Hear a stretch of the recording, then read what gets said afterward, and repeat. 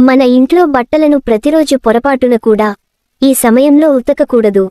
ఇది పరమ దరిద్రంగా శాస్త్రాలు చెబుతున్నాయి.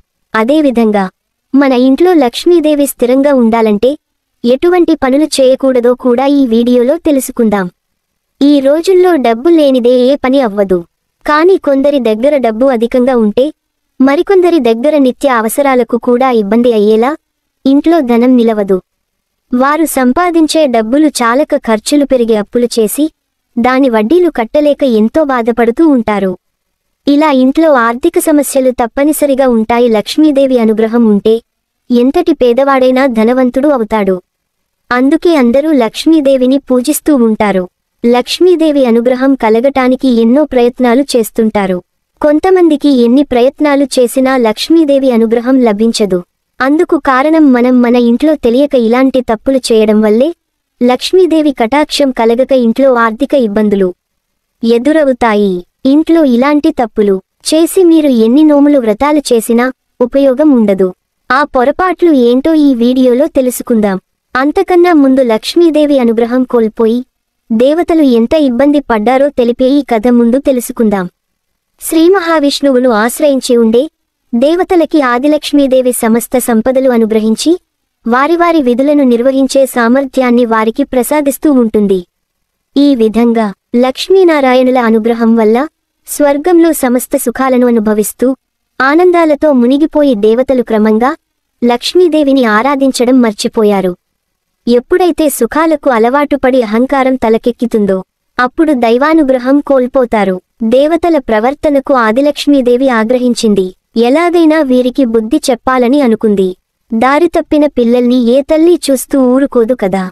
అందుకే వెంటనే ఆ తల్లి దేవలోకంలో తేజోరూపిణి అయిన యక్షినిగా సాక్షాత్కరించింది.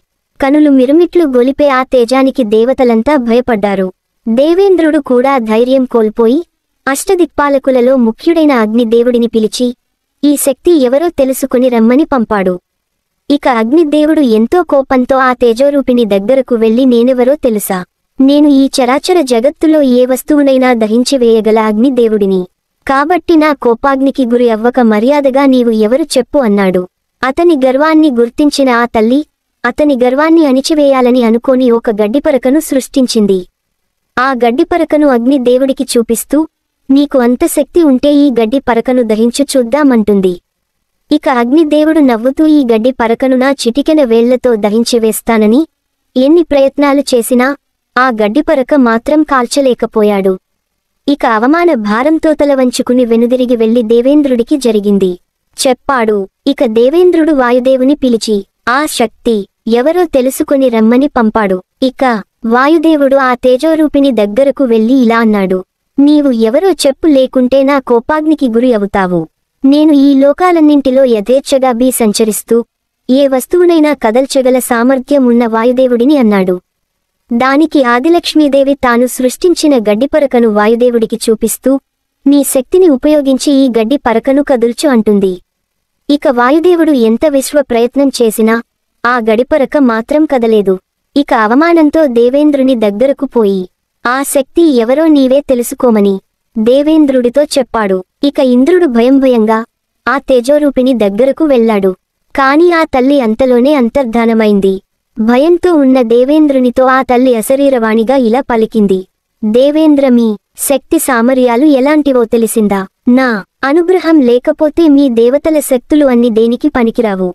అర్థమైందా అని గద్దించి అడిగింది. ఇక ఇంద్రునికి ఇదంతా ఆదిలక్ష్మీదేవి ఆగ్రహ ప్రభావం వల్ల అని అర్థమైంది. తప్పు తెలుసుకున్న ఇంద్రుడు ఆదిలక్ష్మీదేవిని ఎన్నో విధాల స్తుతించి శరణు శరణు అంటూ ప్రార్థించాడు. ఆ విధంగా అనేక విధాలుగా స్తుతించి బీజ అక్షర జపం చేసినటువంటి దేవేంద్రుడిని క్షమించి ఆ తల్లి కరుణించి సాక్షాత్కరిస్తుంది. తమ తప్పు తెలుసుకున్న దేవతలందరూ ఆ తల్లిని శరణువేడి తమ తమ శక్తిని తిరిగి పొందారు. కాబట్టి ఆదిలక్ష్మీదేవిని మరవడం, అమ్మకు ఆగ్రహం కలిగించే పనులు చేయకూడదు. మనకు ఉన్న శక్తి సామర్థ్యాలన్నీ ఆ తల్లి అనుగ్రహం వల్లనే లభిస్తాయి. మనం లక్ష్మీదేవి అనుగ్రహం పొందాలంటే ఎలాంటి పొరపాటులు చేయకూడదో ఇప్పుడు తెలుసుకుందాం. రోజు బట్టలు ఉతుకుతూ ఉంటారు. అయితే బట్టలు ఉతకటానికి కూడా ఒక సమయం ఉంటుంది. ఉదయం సమయంలో మాత్రమే బట్టలు ఉతకాలి. అలా కాకుండా సాయంత్రం వేళల్లో బట్టలు ఉతికితే దరిద్రం చుట్టుకుంటుంది. అసలు శాస్త్రం ప్రకారం మంగళ, శుక్రవారాలలో బట్టలు ఉతకకూడదు. జ్యోతిపం శాస్త్రం ప్రకారం పాత బట్టలతో అర్తుడవడం, వాటిని మ్యాట్ లాగా వాడటం సరికాదు. వీటిని మురికిని శుభ్రం చేయడానికి వాడితే దురదృష్టం వెంటాడుతుందని, వ్యక్తులపై నెగటివ్ ఎఫెక్ట్ పడుతుందని నమ్ముతారు. ఎందుకంటే పాత బట్టలు వాటిని ధరించిన వ్యక్తికి సంబంధించిన శక్తిని నిలుపుకుంటాయి. అందుకే వాటిని ఫ్లోర్ క్లీన్ చేయడానికి మాప్సులాగా లేదా మురికిని శుభ్రం చేయడానికి వాడకూడదు. దీనివల్ల గతంలో ఆ బట్టలు వాడిన వ్యక్తి జీవితం కూడా తుడుపుకర్రలా మారుతుంది. ఇది అదృష్టాన్ని తీవ్రంగా ప్రభావితం చేస్తుంది. ఆ వ్యక్తికి ప్రతికూల శక్తిని తెస్తుంది. నేలమీద వేసి పాత బట్టలు తొక్కితే ఆ కుటుంబ ఆర్థిక స్థితి ప్రతికూలంగా ప్రభావితమవుతుంది. దీంతో కుటుంబంలో ఆర్థిక సమస్యలు రావచ్చు. పాత బట్టలను ఇంట్లో పెట్టుకోకూడదు. దీనివల్ల ఇంట్లో ప్రతికూల శక్తి వ్యాపించి మానసిక ఉద్రిక్తత పెరుగుతుంది. ఫలితంగా కుటుంబం మొత్తం ఇబ్బంది పడాల్సి వస్తుంది. వాడని దుస్తులను బీరువాలు, అల్మారాల్లో పెట్టుకోవడం కూడా మంచిది కాదు. మీ పాత బట్టలను ఎవరికైనా దానం చేసే ముందు వాటిని ఉప్పునీటిలో ఉతకడం మంచిదని జ్యోతిష్యం సలహా ఇస్తుంది.